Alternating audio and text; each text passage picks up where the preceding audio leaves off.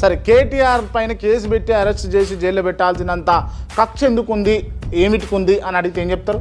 కాంగ్రెస్ పార్టీకి ఏం లేదు, ఇది ఎన్నడో అరెస్ట్ చేయాలని ఆయన ప్లాన్ చేసిండు.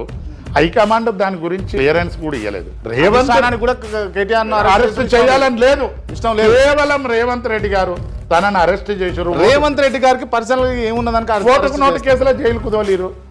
కేటీఆర్ గారి ఫామ్ హౌస్ మీద డ్రోన్ ఎగరేస్తే జైలుకు పోయిండు. అది దాన్ని రివెంజ్ తీసుకోవడానికి ముఖ్యమంత్రి అయింది కాబట్టి ఆయన చేతుల అధికారం ఉంది కాబట్టి కక్ష రాజకీయ చర్యలు అంటారు. అంతేనా? అంతేనా?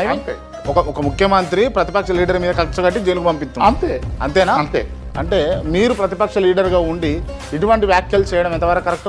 అంటే ఉన్నది చేస్తే తప్పేముందటి, ఉన్నది ఉన్నట్టు అంటే ఉళ్ళు ఉండొద్దు అన్నట్టు ఉంటుంది కదా. ఉన్నది ఉన్నట్టు అంటా ఉంది. ఇలా మొన్న పొంగులేటి శ్రీనివాసరెడ్డి ఇంట్లో ఈడీ రేడ్ అయింది, ఏమన్నా బయటకు వచ్చిందా? గవర్నమెంట్ మీద ఉన్నది కాబట్టి తప్పిపుచ్చుకోరు. కేటీఆర్ గారిది ఎవ్వరికి బట్టి లేనిది ఇంత క్యూరియాసిటీ తోటి నువ్వు కావాలని చేస్తే ప్రజలు ఎప్పుడు కూడా నిన్ను అవునాని అంటలేరు. ఎందుకు ఇవ్వాలి నువ్వు 9 తారీఖు నాడు ఏదో నోటీసులు ఇచ్చి రమ్మని పిలిచి ఆయన నువ్వు దురుద్దేశంతో అరెస్ట్ చేస్తే 10 తారీఖు నాడు నీ గ్రాఫ్ 4-5% పడిపోతుంది. ఏడికే నీ గ్రాఫ్ పడిపోయింది. 23 మంది ఎమ్మెల్యేల మీద వ్యతిరేకత ఉంది.